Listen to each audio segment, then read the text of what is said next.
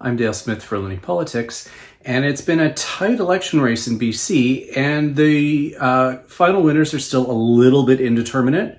The preliminary result is 46 NDP, 45 Conservative, 2 Green, and that's leaving a lot of people having questions, but a lot of misconceptions as well. There are some people who say that BC doesn't have a government right now, which is not true. The NDP are still in government. David Eby is still the premier. Nobody has actually resigned, so they are still the government. That's how the Westminster system works.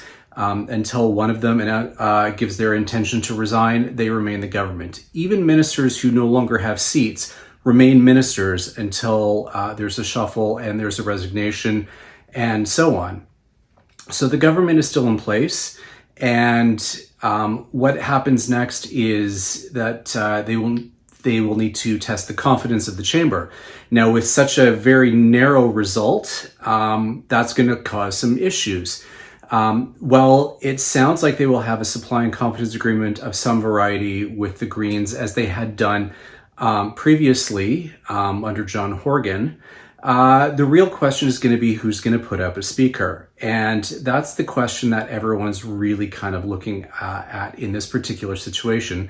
Because if the NDP put up a speaker, well, then they're one seat down. It's 45-45-2. That makes it really difficult in the event of some kind of an emergency where someone can't vote, something like that. And so they're going to be reluctant to want to put up a speaker for that result, or the same results. The Conservatives will also be reluctant to put up a speaker because with such tight math, it disadvantages them if they want to find some way of toppling the government. However, they may see advantages in having one of their own as speaker. For whatever reason, that also remains to be seen, but that's going to be a real question over the next few weeks. And there's a real danger here, because if nobody puts up a speaker and the legislature can't sit for more than 6 months as a result, it could trigger another election. This almost happened previously in Christy Clark's final election, where again, it was a really tight race. She'd instructed her caucus not to put themselves forward as speaker. Someone eventually did defy her, put themselves forward as speaker. The legislature sat. The Clark government was defeated on a vote of non-confidence right off the start.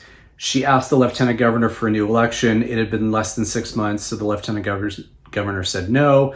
And the NDP then were invited to form government, which they did with the assistance of the Green Party.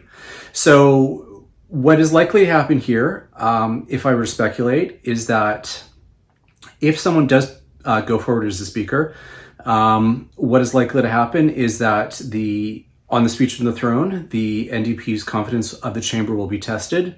According to the current math, assuming nothing changes in any of the judicial recounts going on, that means that they could have, with the support of the Greens, a narrow vote of confidence to move forward, and that will be that. But it's going to be a while between us getting between here and there, and the speaker remains the real question about how this particular legislature is going to move forward. For Loonie Politics, I'm Dale Smith.